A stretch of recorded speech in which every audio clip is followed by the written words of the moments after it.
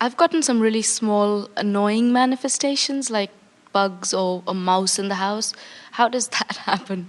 I know it sounds really silly, but it's really annoying because it's just like my house is really clean. I have a cleaner, all of that, and then still this. So the larger question is, why is it that I am not able to create a perfect environment for myself at all times? Yes, I suppose. Well, first we want to, they're laughing because it does feel like a little bit of a silly question, but there are no silly questions, and we're happy to address it. Anytime you're getting something that you don't want, Jerry and Esther don't have a problem with bugs. They have a problem with breakfast being late in every hotel.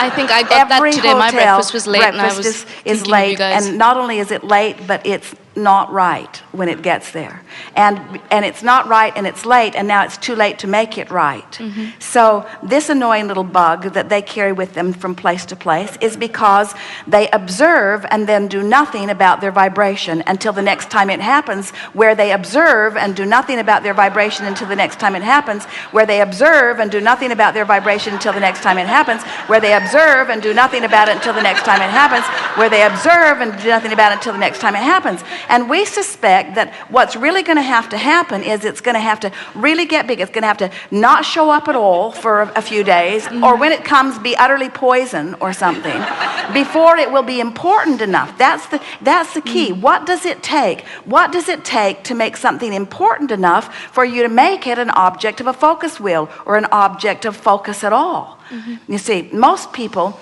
offer most of their vibration in response to what they are observing. Mm-hmm. And so when you observe reality as it is and have a knee-jerk vibrational response to it, you are simultaneously creating the solution, but your observation of what is, your observation of what is, your observation of what is, keeps you from being able to experience the solution, even though the solution is there.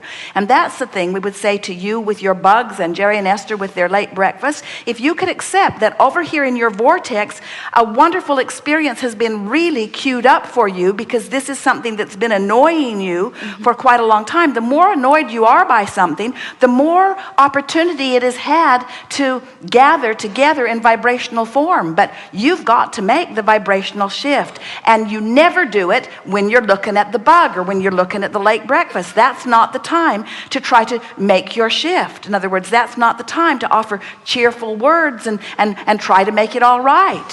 When you offer cheerful words about something that you don't want, you're only fooling yourself, you see. Yeah.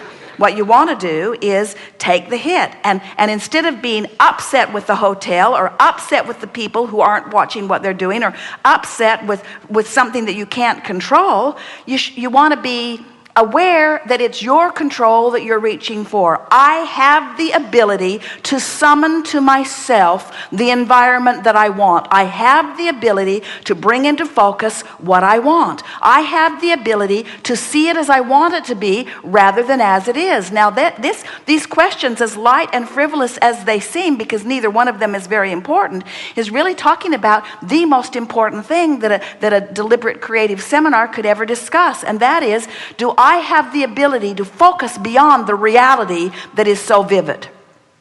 And therein lies the problem that most people live. Your reality is so vivid, and you are so good at translating it and documenting it and discussing it and noticing it and responding to it, you let your reality drag you around by the hair. Mm-hmm. And that's why you're upset. That's why you're upset when something doesn't go well. It's not because that issue in and of itself, as we said to the woman, no, you're not. I'm sad because my lover left. No, you're not.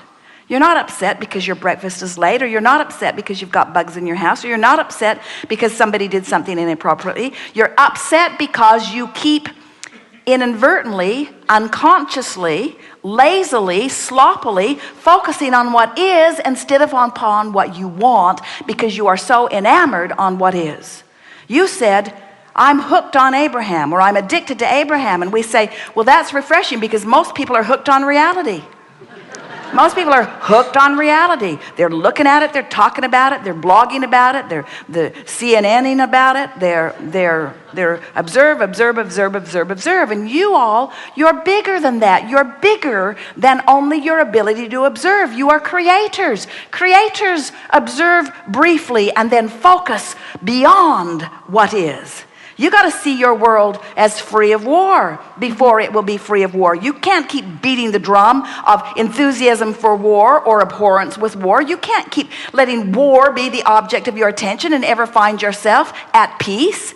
Peace has to be what you focus upon. It must be what you train your vibration to be about, you see. So whether you're at war with bugs or the kitchen staff at the hotel or Afghanistan, it makes little difference. It's all the same thing. You've got to see it as you want it to be and train your vibration there. So how do you do that? How do you look at a bug and see the absence of a bug? Well, you can't. You can't do that. So you got to stop looking at the bugs. But they're there and I don't like them. Well, don't look at them if you don't like them. And don't think about them. Well, doesn't somebody need to deal with them? Well, maybe, but you keep attracting them by your attention to them. Seriously, we're not kidding you.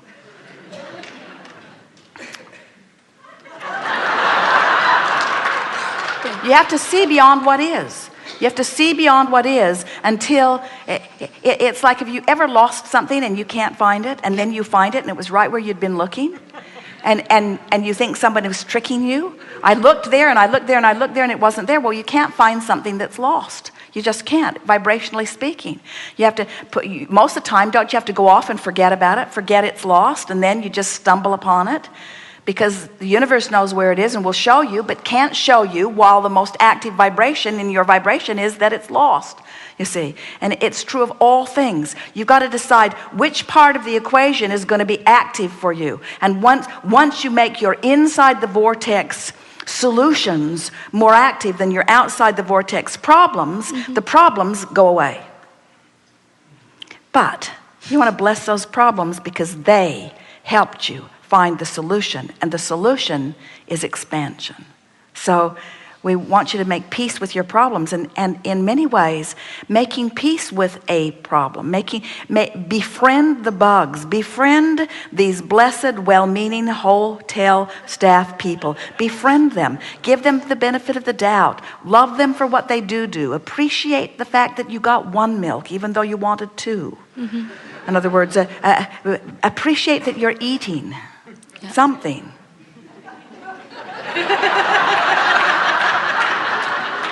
As you make peace with what is, it's the fastest way to become a vibrational match to the solution.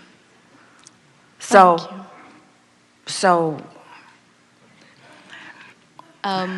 you see, we're not trying to put pest control out of business. But pushing against in that way is an invitation for more. In other words, you can't kill them as fast as you're attracting them. No, I can't.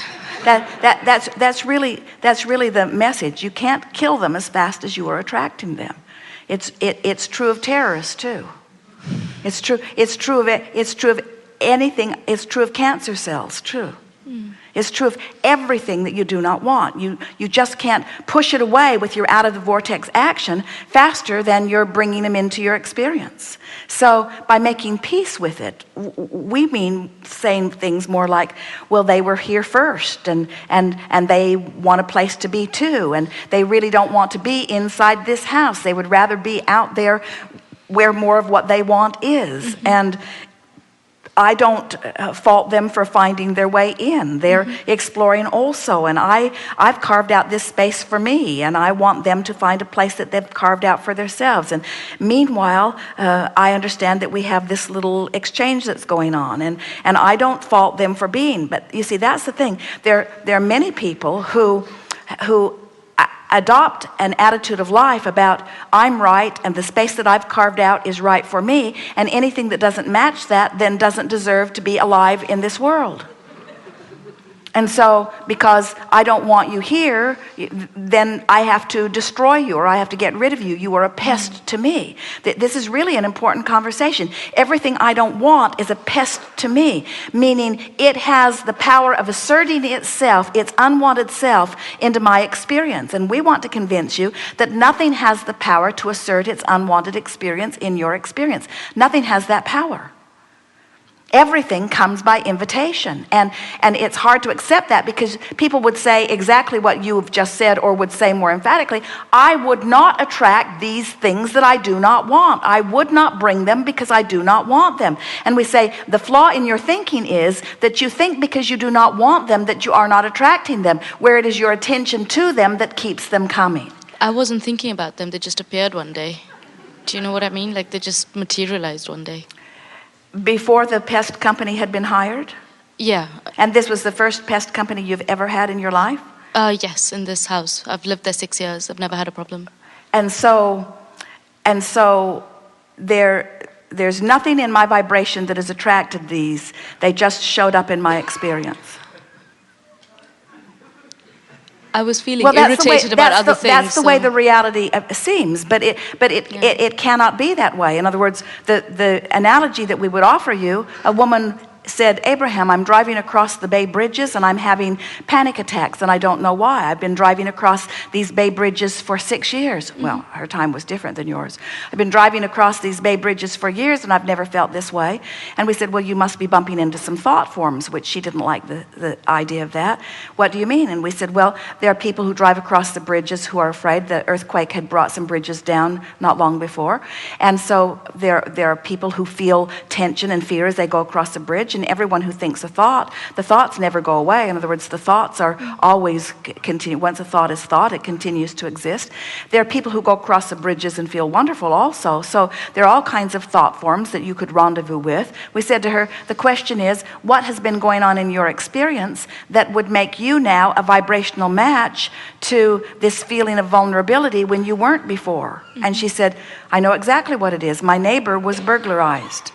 And I've been going to meetings. We're trying to decide if we want to hire a watchman or put bars on our windows or make it a gated community. And so she realized that something that had nothing to do with the bridge was responsible for her feeling of vulnerability, which showed up in that way. And so the same thing is true here. In other words, while you may not have been thinking of the pesky, that was the word you used. In other words, how does the manifestation feel to you? Whenever a manifestation occurs, and in this case, it's a manifestation of insects. You've been in the house all these years and never had it before. This manifestation of insects, how did it make you feel? Well, you describe it as they're pests, they're unclean. Irritated. I'm irritated by it. And so then we wanted to say back to you, the irritation, the essence of that was present in your vibration. Otherwise, those pests would not have found a vibrational harmony in that environment. We're not kidding you. It's true of everything. Now, this is a stretch for a lot of people because they're thinking, oh, well, insects are a fact of life and everybody has some in their house from time to time, and she's more lucky than anything that she didn't have them for 6 years than she is attracting them now that she has them. And we say that really isn't the case. Everything that you experience comes in response to something that's active in your vibration. So like the woman relative to the bridge where we said what's been going on, what's been happening in your experience where your aggravation of pesky things has been activated. Can you pinpoint something? I switched careers. Well, I got laid off a couple of months ago, which was perfect because I wanted some time and space. And I think I've been annoyed with my sister for certain things and my ex-boyfriend, and I guess it was all sort of bubbling in the background, a few different things going on. Well, it's fortunate with all that going on that it's only bugs that are a problem.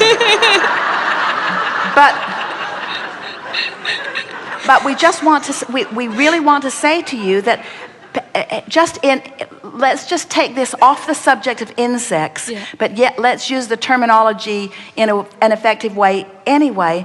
Pesticides is not the answers to resistance. Yes. And yet it feels like that's what you want to do. Something goes wrong and you want to get something and spray it to make it go away. In other words, spray the cancer, spray the terrorists, spray the insects, spray the unwanted things. Let's find some way of eradicating the unwanted things from my life, but heaven forbid should I have to clean up my vibration.